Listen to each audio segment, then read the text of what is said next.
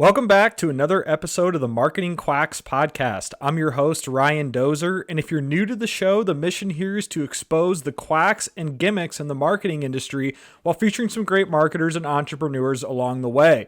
So in this episode, I'm excited to welcome our guest, Isaac Jarnagin. Now, Isaac is an entrepreneur and content creator. Isaac, thanks so much for joining the show. Yeah, no problem. Like you said, entrepreneur content creator here in central Iowa.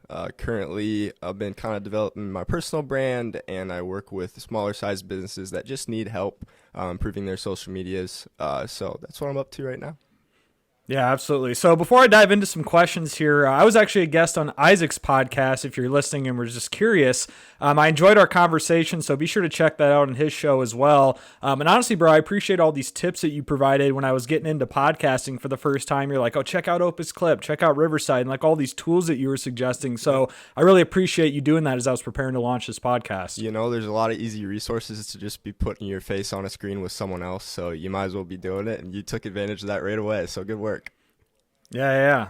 So let's dive in, bro. Let's do a quick intro on who you are and what you do in your own business. Yeah, so like I said, entrepreneur, content creator, podcaster is kind of what I've been putting around the board. Do I really believe in titles that much? I don't care what you do. I just put out stuff on the internet. I really enjoy it. Yeah, that's what I'm up to. Really diving into the personal brand side and putting out a newsletter every week, putting out podcasts, putting out YouTube videos for the purpose of lead gen and networking. Currently, I'm really young into my career, so beginning of this year, I was looking for anything I can do. Now I'm fortunate enough to where I can kind of choose what I do, but right now it's mainly just doing video production for businesses in the surrounding area pretty locally. I do have some remote jobs, but it's all pretty local right now. Yeah, when you say local, I know, are you still based in Ames? Is it the Des Moines area? Talk about what you cover. Yep, I'm based in Ames. I cover Des Moines. I even do some stuff in my hometown, Lake Panorama, every once in a while just to, be there for my people. So Yeah. No, that's cool. Talk about your experience and expertise a little bit. Let's dive in a little deeper here. Talk about, I guess, your experience in video production, content creation, social media, etc. Yeah, to talk about my experience, I might as well go back. Growing up, my brother was playing Xbox, playing Call of Duty, and he eventually started editing trick shotting. Did you ever hear of trick shotting? Oh, yeah, like the headshots and the no-scopes or whatever, so he'd make these cool clips, or other people would make cool clips, and then he'd edit them for them. They'd post it online, and they'd get, hundreds of views, and they're freaking out because he was really young into that. And so I watched him, and I wanted to be like him because I was 6 years younger. Really looked up to him. Shout out Aaron. But I couldn't do that because we only had one Xbox and only so much bandwidth. So what I started doing was playing on computer, taking over all the computer games. That's what got me into video editing and content creation and doing YouTube and all that stuff. And then eventually I dove so far into watching YouTube stuff where it turned into like everything. So cameras, vlogging, doing your life rather than just showing off your video games. So I progressed from there. When I was 16, I promised myself I'd start living for what I wanted to do and start kind of diverging away from the system that we kind of grew up in a little bit. So I started like a clothing brand, which was my first endeavor. And then from there, I got a camera, which got me into photo video, which ultimately equipped me for content creation and being able to make really good looking content. And then from there, I've just been building that up ever since, making content along the way through social medias. And I've just always been interested ever since. And I'm sure you learned a lot more taking that dive, doing your clothing stuff, than you ever would have gone through the traditional path in that sense. Exactly, everything. I mean, clothing is all those little skills like packaging and branding and all that stuff. Stuff that I would have never touched if I wouldn't have done it. Only made a few grand, which isn't gonna get you anything, but it's what I got up here, and it helped develop more legitimate business ideas along the way.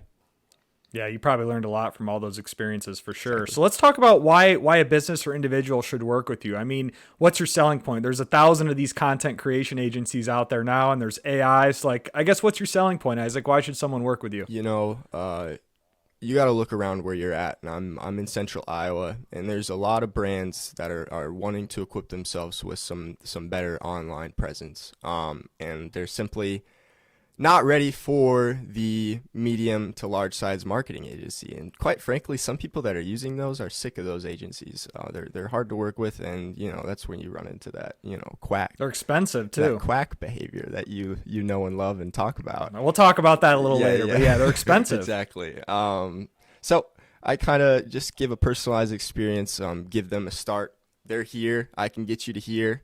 I don't quite have the resources to get you 100% there, but I'm a good start. So I'm excited to be able to get to have a team to where I can get you a little higher. But right now I enjoy working with brands and just making sure that they have some sort of presence on the internet and it looks good and we're getting you some organic reach out there so the community knows about your services.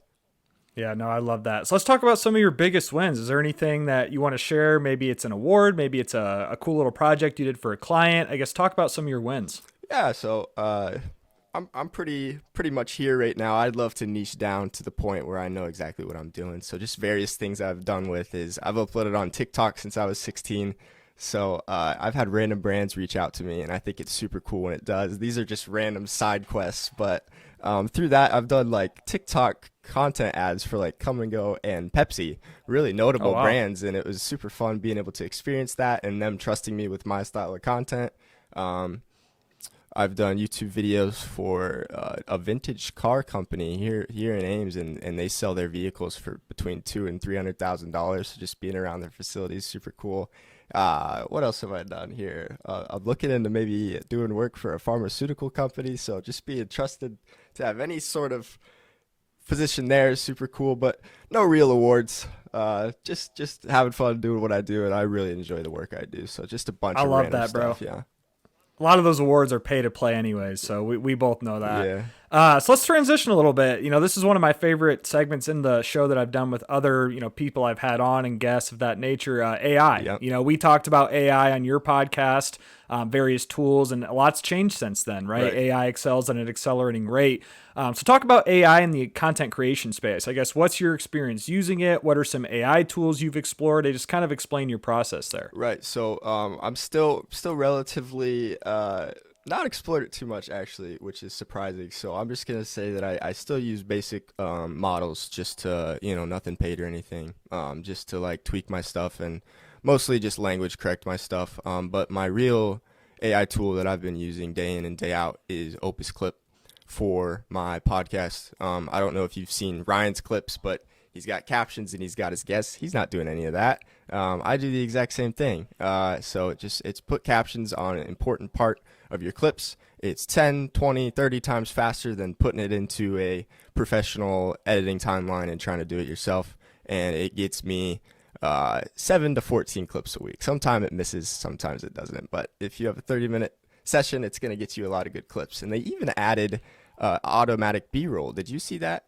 I did see that. I haven't tried it yet. It was in beta when I saw it. Yep. So it is actually pretty dang good. It'll put it's random. It's not where I'd put B-roll, but it puts B-roll on top of your clips, which I think is a little thing you can do to just make it a little more appealing. And then it auto senses what kind of B-roll it should put on. So if I talk about nature while I'm talking, it's going to search nature in a stock video, portfolio or whatever. And then if it misses, you can search something else in that stock portfolio and replace it. And just like that, super easy. So I've been using that and talking about cameras and stuff. It has a bunch of camera footage on there. So it's just been really cool to see it take that step. But that's the biggest tool I've been using with AI. Yeah, I love Opus Clip. I mean, I use Opus Clip a lot for shorts on my YouTube channels. Yeah. I use it for a lot of my LinkedIn videos. Yeah. I think Opus Clip is just genius. Now, there's other tools out there like it, but the concept is just genius for $19 a month.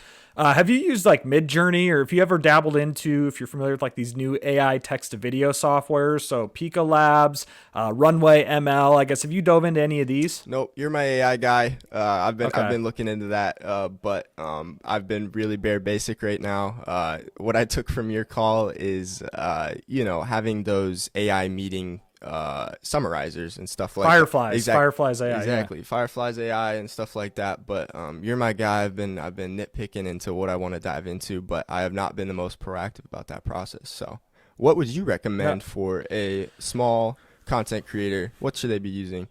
Yeah, I mean, I'll just share my process too. So I use ChatGPT Plus. Yes. A lot of that for not only ideation. So if you're just looking for content ideas and just general ideation, I think that's a great tool to start with. I also use it for all of my podcast descriptions. Also, if I want to improve my titles, I ask it for better title ideas. And then once I have my title for a podcast, what I'll do is I'll throw it in and say, hey, write me a SEO optimized description for YouTube or whatever the platform is. And I'll say, hey, by the way, generate me YouTube tags with a maximum of up to 500 characters. So I get my podcast, episode titles, episode descriptions, YouTube titles or YouTube tags, and I also use Dolly 3 inside ChatGPT as well to sometimes help me with the cover images and just general, images as well for whatever the case is. So, and then from there, I use, the long form video that we're filming right now, throw it into Opus Clip, throw the clips from Opus Clip with the auto scheduler onto YouTube Shorts, TikTok, LinkedIn, and then use what I got from ChatGPT Plus. So really it's a combination of ChatGPT Plus, Opus Clip, and then sometimes I'll dabble in like Midjourney or some of these other AI image generators as well. But I mean, really, there's such a low barrier to entry now with AI. ChatGPT Plus is $20 a month. And if you don't even want to pay that, go to Microsoft Copilot. It provides several of the same functionalities in the GPT-4 language model. And a lot of people have never heard of it, surprisingly. So Google Bard's another one, Claude, Opus Clip is $19 a month, which is a very, low cost as well for what it produces in terms of the ROI that I get from it. So that's where I would start, man. ChatGPT Plus, Opus Clip, throw some Microsoft Copilot in there as well if you don't want to pay for Plus, and you're off to the races. Yeah, and it's comforting to hear. Not that I'm afraid for change or anything, but it's comforting to hear. It's a pretty similar process that you were working with last time. So it's like we got some consistent platforms that are popping off so far with ChatGPT Plus and whatever. Now they got the custom GPT store too. I don't know if you dove into this at all, where you can create your own custom GPTs. So like I have one for a YouTube thumbnail generator. I have one for a LinkedIn content creator where I say like, hey, study these 5 LinkedIn profiles and, take their top performing posts. Here's my word choice. Here's how I write. Now craft it into my writing tone to make it for my audience. Like there's so many different functionalities that these custom GPTs can do now. Yeah. And talk about AI PRM quick. Are you still messing with that at all? Not as much. AI PRM, they're still around, but with these custom GPTs, in my opinion, they're kind of dwindling by the wayside. Before the custom GPT and the GPT store boom, I think AI PRM was a great tool, and there's still use cases for it for sure. But custom GPTs, in my opinion, kind of eliminated the use of that. It's been a while since we last talked, but I had that on my computer. I've been looking through, and it's really cool. But oh yeah, I mean, if you're brand new to ChatGPT, like throw on AI PRM and you're off to the races with some of these prompts. So it's really helpful. It's a good start before you dive into it and take the switch to ChatGPT Plus. Yeah, for sure. So let's transition now, Isaac. Let's talk about Marketing Quacks, my favorite part of the show. It is the Marketing Quacks podcast, so we have to start discussing quacks in our industry. So I want to hear from you. I guess help me define a marketing quack in your industry. What are some marketing tricks and gimmicks that you see people do all the time? Yeah, so it's a relatively new term for me. The first time I heard it was your podcast, and the first thing I asked me, I'm like, oh shoot, am I a marketing quack? Like with a video production background and not diving in too far with marketing and not diving into ads or anything. But I eventually said, no, I'm not. Where I think marketing quacks come from mostly is those comfortable bigger brands that are just consistently winning and not having any opposition from someone more passionate or whatever like that. And then I see a lot of people in marketing roles at companies full time that are just taking on way too many things in the marketing world that they can't be taking on, like print and being there for their employees, and then trying to also be on socials. I mean, it's very hard to do all that, and they get to the point where they take on too much and are confident in it to the point where they're quacking around everywhere. It's just like they're not able to keep up with all that. So I don't call myself a quack because I'm not promising like ROI results right now. I'm not going to say you're going to pay this much and it's going to get you this much of a return. Mostly what I promise with genuineness is I'm going to make your stuff look better, so when local people see it, it's going to do that. Now, when I get to the point where I can equip my people with people that can make those promises and follow through with it, I'm going to make sure to do that. But people just making promises and not being able to deliver on them, I think that's where that unethical stuff comes in. Yeah, personally, bro, I don't think you're a quack. Yeah. I wouldn't have had you on this podcast. So the reason I started this podcast is me and my business partner, the inspiration for this, we actually were experiencing, I mean, one of our clients was like outsourcing part of their marketing to another huge agency. I won't say the agency's name, obviously, but we quickly discovered like, wow, they charge 10 grand plus a month in retainers and they're doing the bare minimum work. But like the average client, you don't know what you don't know. Like if you're getting results and like leads are coming in at a steady rate, you're not going to ask questions. You're not going to say, hey, why is this 10K invoice? Is this worth 10K? Like, am I getting an ROI? Like most people just, it's a case if you don't know what you don't know. And these huge agencies take such huge advantage of that. And the reason they're so big, Isaac, I'll tell you this, is they pay their way into Capterra. They pay their way into UpCity. There's like all these gimmicky and fake awards. They speak at conferences. They go table at these conferences and they make themselves look extremely credible on the internet, paying their way to get there. But the average person that comes to their site and they see, oh my God, this company won all these awards. They must be so credible. They have all these certifications. So-and-so's been in Forbes, US News, etc. The average client has no idea that most of this stuff is pay to play. So they're just kind of faking their way to the top and getting away with it. And that's what we discovered. Yeah, and what I love with that story that I've heard you tell a few times is you and your business partner. Now, I've never met your partner, but I know you're super passionate and a little, what's the word I use? Psychopathic about what you do. You really dive into it and passionate. You went up to this big agency, you and your buddy, and you called him out. And you're able to take over, and you're more passionate. You're able to provide more value, and that's what I exactly talked about. Well, I'll tell you this, Isaac. How we won that client is, and he said straight up, he's like, "You guys care. They don't." Yeah.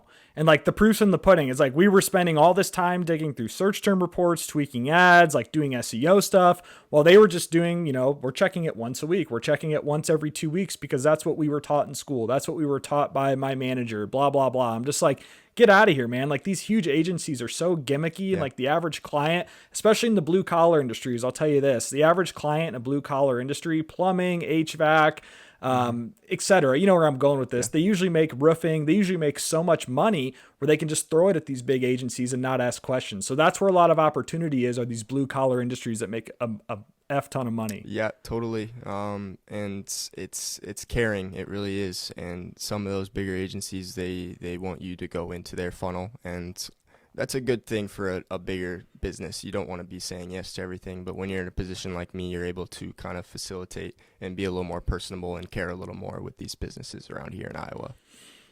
Yeah, for sure. So Isaac, it's been fun, man. Appreciate you coming on. I guess, what are some final notes that you have for anyone listening about video production, content creation, just general marketing advice that you would have? Content creation, consistency, discipline, and passion. I'm a kid in Iowa. I don't got anything special or anything going. I just put something on my calendar every week and I make it happen. And you got to keep that train rolling in order to keep it up. And yeah, you can do whatever the heck you want. I don't know. It's pretty simple to do. Consistency is everything, bro. Yeah. That's what I've learned anyways. Yeah. So where can people find you online? Yeah, so I'm very prideful about how you can look up Isaac Jarnagin anywhere, and that's my name or URL or @ or whatever. So check that out for sure. So before we end the show, I will say I did see your new website that you spun up. Is it isaacjarnagin.com? Yes. So you're kind of putting a lot of more emphasis on your personal brand. I guess talk about that before we kind of cap it off here. Yeah, I'm very prideful with that. I've been sitting on content for a while because I've been anticipating the release of isaacjarnagin.com. Before I had a Squarespace site. This one is custom built on WordPress. It's beautiful. It's got my all-in-one hub online. It's got all my podcasts, all my newsletters, all my past projects, and just this is going to be a hub for a lot of people ending up on this site, and I'm really excited because it's a beautiful looking thing. So if you're a website nerd and you want to see what my personal brand's about, it's a great one to look at, and you'll see why I'm so excited about it. I saw you using ConvertKit too. I'm a big ConvertKit guy, so I appreciate that. For sure. Yeah, I love it. Yeah, cool. Well, thanks again, Isaac, for your time. And again, thanks for everyone listening to this episode of the Marketing Quacks podcast. Be sure to tune in to the next episode. Yeah. Bye, guys.